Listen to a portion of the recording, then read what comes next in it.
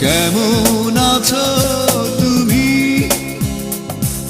সুখী হতে পেরেছো কিনা জানতে বড় সাধু হয়। আমাকে ভুলেছো কিনা? কেমন আছো তুমি?